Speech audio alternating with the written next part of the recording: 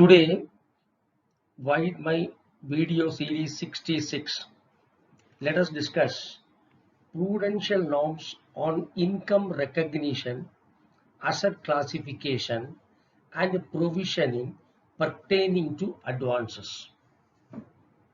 This video is based on the RBI circular dated 172015. The IRAC and provisioning norms were introduced in the banking system by RBI, which is based on the recommendations of a committee on the financial system headed by Sri M. Narasimham. The implementation of the IRAC norms in the banking system started in a phased manner from 1993 onwards. The IRAC norms, IRAC means income recognition and asset classification. It has got different parts. First is income recognition. Recognition and income means recognize any income receivable by the bank only when it is actually received. That means banks are permitted to take an income to its profit and loss account statement only when it is actually received. The second part is asset classification. Here in IRAC norms, the asset refers to the loans and advances. As you are aware, the largest asset of a bank is the loans and advances, which gives income to the bank. The third one is the classification of asset. That is, classify the loans and advances based on the period for which it remained as a non-performing asset. An asset becomes non-performing asset when it ceases to generate income to the bank. Now the next one is make provision when a asset becomes a non-performing asset. Provisioning means an amount that the bank set aside from their profit or income in a particular non-performing asset that may turn into losses in future. The amount of provision to be made depends on 1. The classification of the asset, number 2. the period for which it remained as a non-performing asset, and the availability of security and its realizable value. Let us now understand the circumstances under which a credit facility like term loan, loan against gold ornaments, loan against any security, loans which are guaranteed by the state government, bill finance. When I say bill finance, bill purchase and bill discount, agriculture advance, and running accounts like cash credit, overdraft, etc. are classified as NPA. That is, we are going to discuss a term loan, loan against gold ornaments and securities, state government guaranteed advance, bill finance, agriculture advance, cash credit, and overdraft.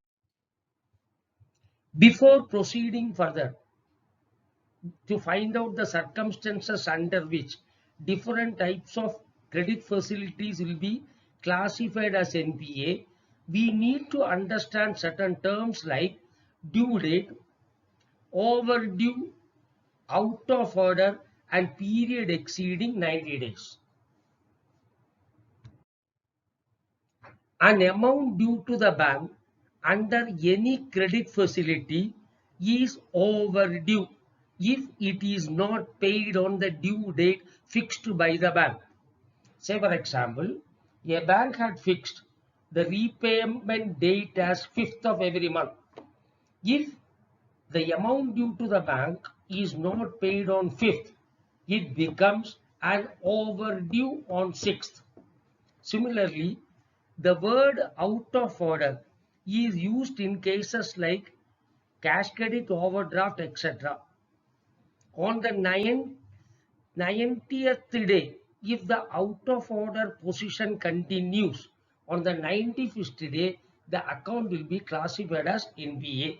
Let us understand the circumstances under which a cash credit or an overdraft facility will be classified as NPA later.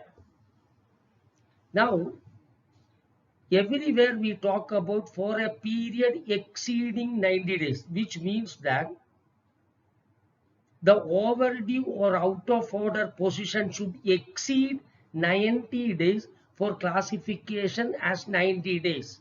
On the 90th day, if the dues are paid, the account will not be classified as NPA.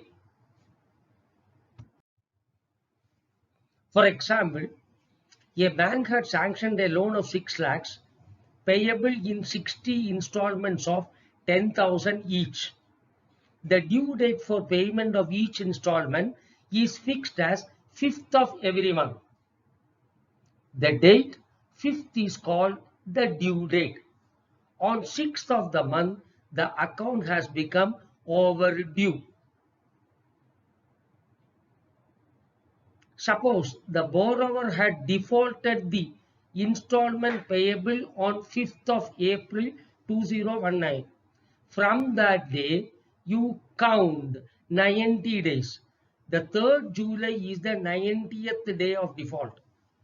On 91st day, that is on 4th July, the account has remained overdue for a period exceeding 90 days.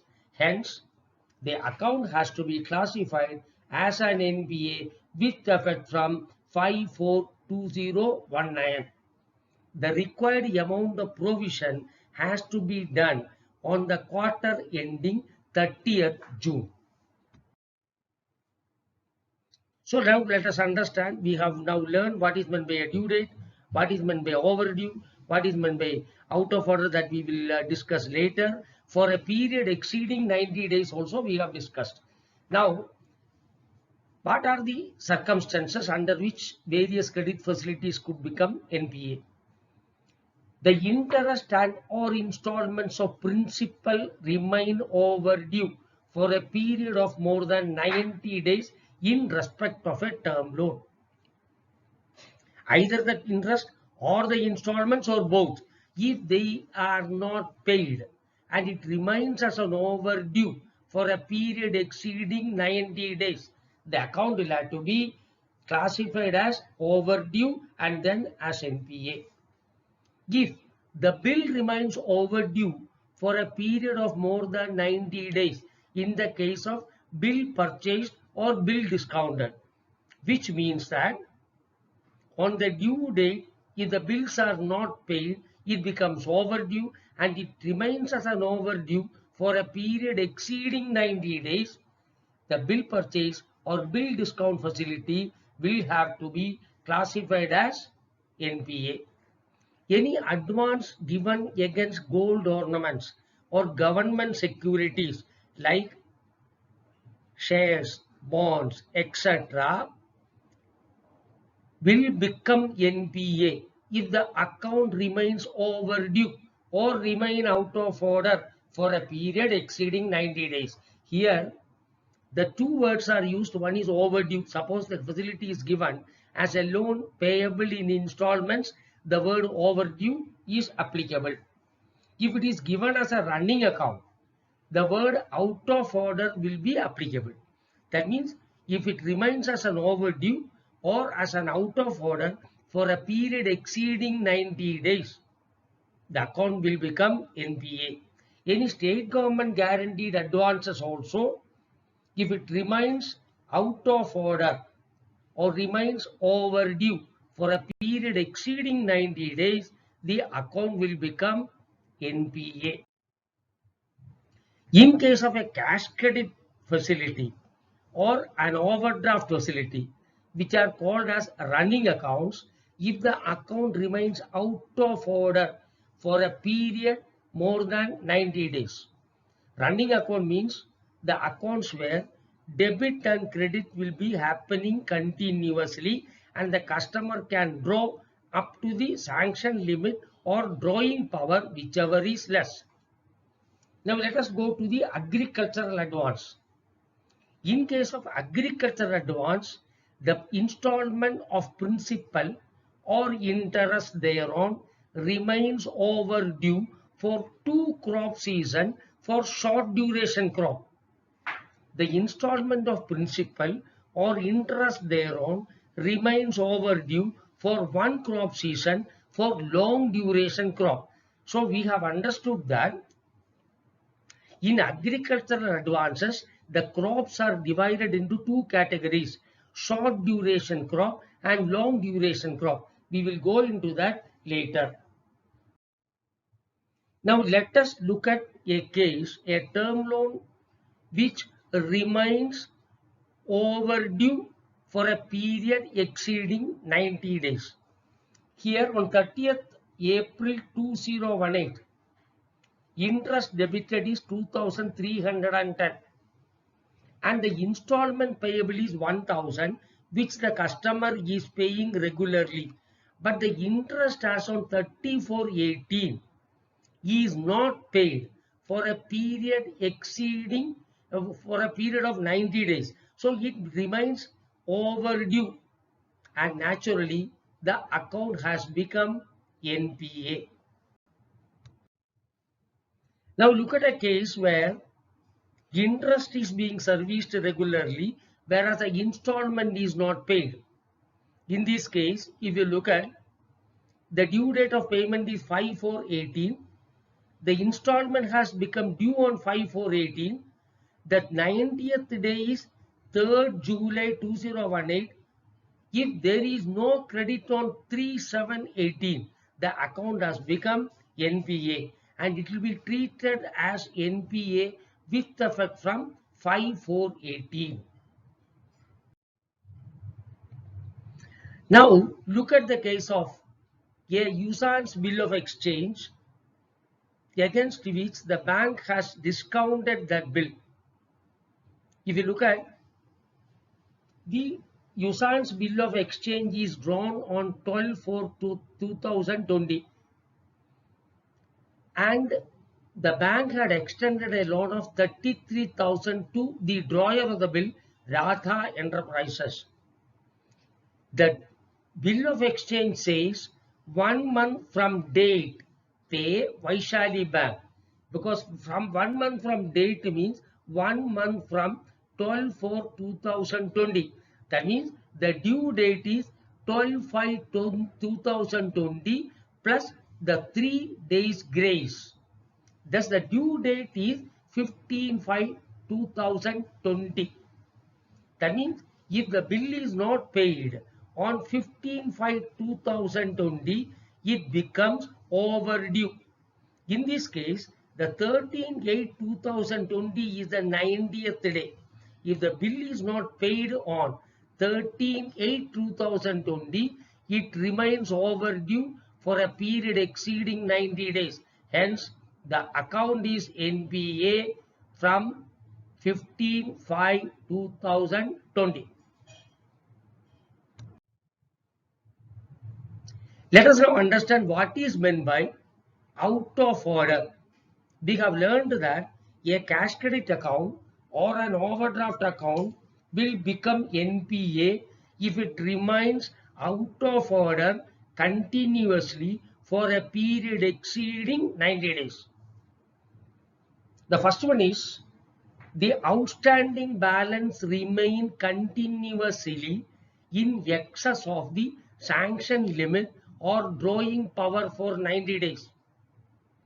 If the balance outstanding in that account exceeds either the sanction limit or the DP, whichever is less, for a period of 90 days, the account is to be classified as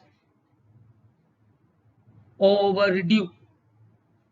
And the second circumstances under which an account will be classified as out of order is there are no credits in the account continuously for 90 days in the account. Then on the 91st day, it becomes out of order. The credits are not enough to cover the interest debited during the same period. The bank has debited an interest of 2000, but any subsequent credit was not 2000 or more, it was less than 2000. In that case also, a cash credit account will be treated as out of order. The next condition is the borrower doesn't submit the stock or book debt statement for a period exceeding 90 days. It will attract that account to be classified as NPA, because for a period of 90 days, if the borrower does not submit the stock and book debt statement, the bank cannot calculate the DP. Naturally, the entire outstanding is overdue. The last one is an account where the regular limit is not renewed within a period of 180 days from the due date. The account will be treated as NPA, irrespective of whether the account is conducted satisfactorily or not. Similarly, any ad hoc facility given to the customer is not paid within a period of 180 days from the date of ad hoc sanction will be treated as NPA.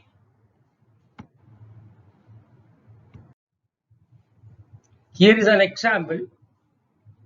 This is a cash credit limit. Sanction limit is 20 lakhs and the DP is 15 lakhs. If you look at the statement of accounts, you have seen that from 31/3/18, the balance outstanding in the account is continuously in excess of the drawing power. On 29th of June, there is a credit in that account, 20,000. Even then, the account will be treated as out of order because the balance remains continuously in excess of the sanction limit or drawing power for 90 days. 28/6/18 is the 98th day.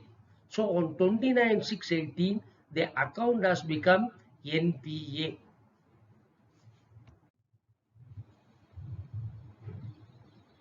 Now look at another case where the cash credit sanction limit is 20 lakhs, drawing power is also 20 lakhs, and the balance outstanding in that account is well within the sanction limit or DP.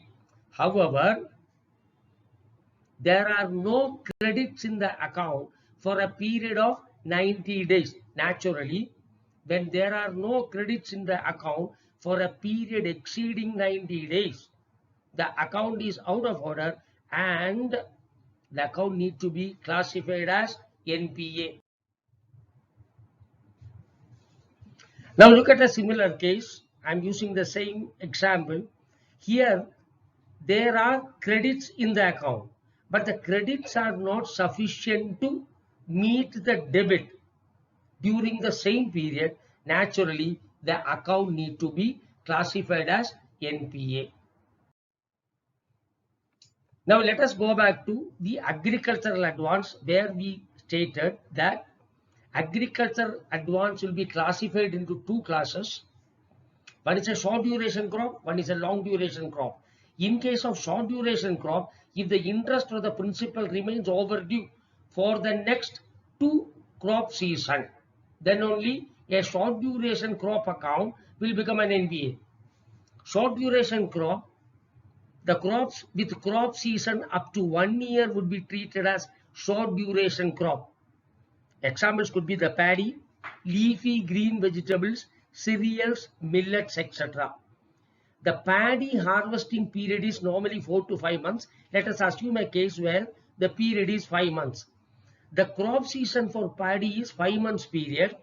Paddy is a short duration crop. The due date is on completion of 5 months. If the account remains overdue for 2 crop seasons, the that is 10 months from the due date, then the account will become NPA. For a short duration crop, if the short duration is 5 months and the due date has come, then from that they will take 2 short duration crop period, that is 5 plus 5, 10 months. If within the next 10 months, if the borrower had not paid the interest and or installment, the account will be classified as NPA. Similarly, let us understand what is a long duration crop. The long duration crop will be crops with crop season longer than 1 year. That is, anything which is not a short duration crop is a long duration crop. Examples could be sugarcane, banana, bamboo, papaya, mango, coconut, teak, etc. The sugarcane crop is a long duration crop. The normal crop season varies from 12 to 18 months. For our purpose, let us assume it as 12 months. And the due date of the loan is 1/1/2018.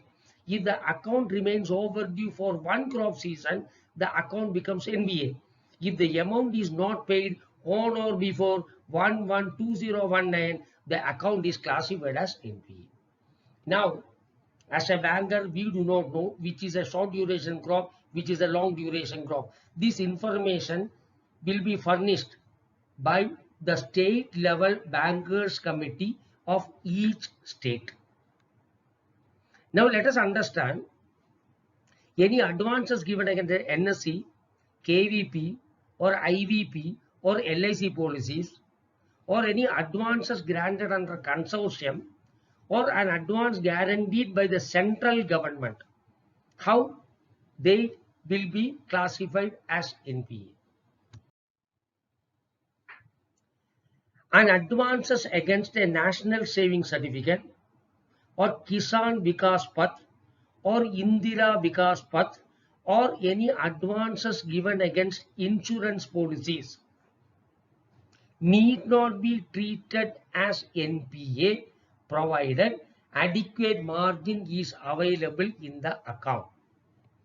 This means that at any point of time, if the value of the security is more than the balance outstanding, it is presumed that adequate margin is available. So we need to take care of this. That is, the balance outstanding in the account should not exceed the value of the security.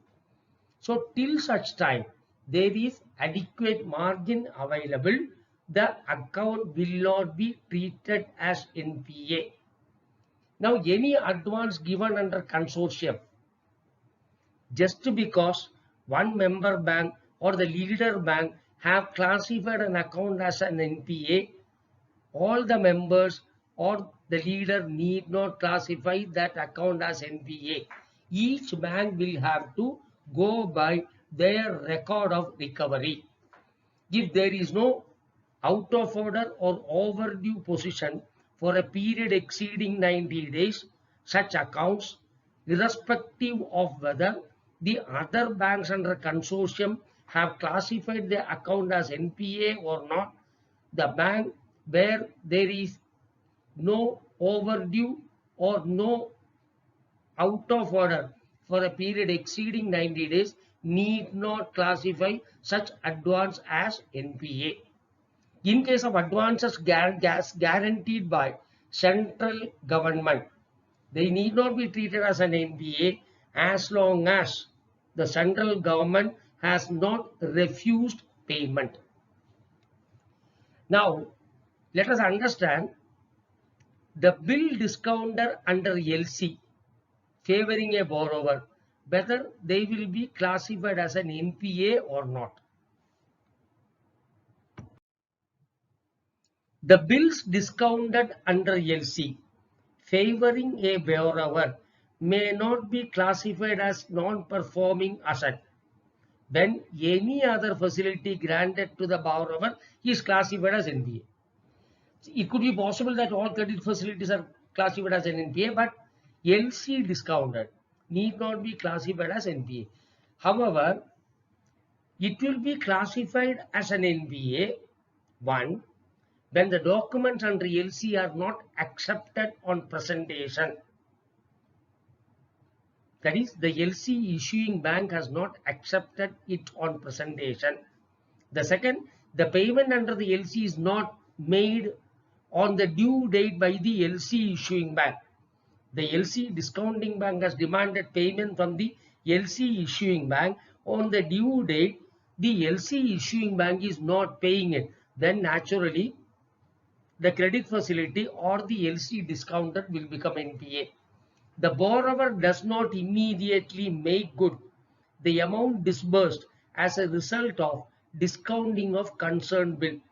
The LC has dissolved, the bank has paid it. From that due date, within 90 days, if the borrower doesn't make good that amount to the bank which has paid, the account will be classified as NPA.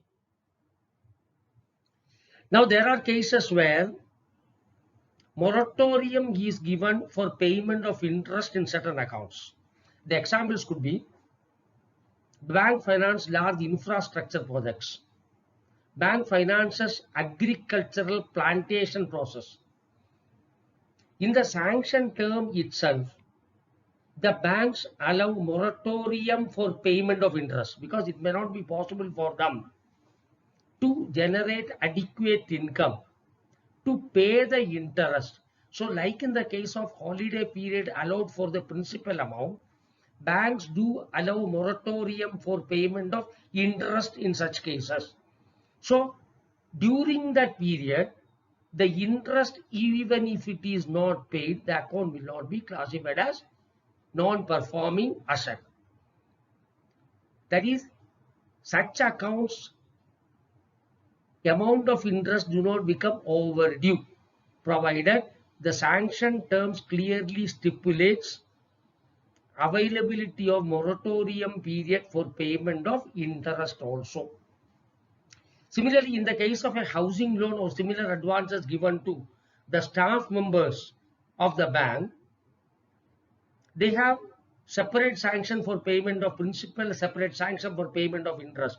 As long as the sanction permits, even if the interest is not paid, suppose a moratorium is granted for payment of interest, such accounts will not become NPA.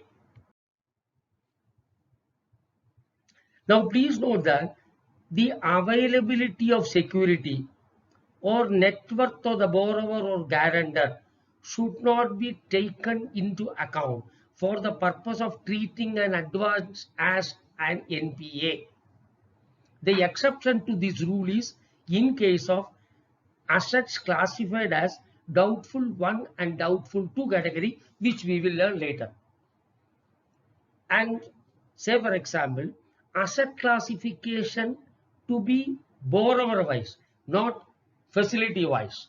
For example, say Messrs. Gabriel Enterprises enjoys a cash credit hypothecation of stocks facility and a term loan hypothecation of machinery. If the cash credit facility has become an NPA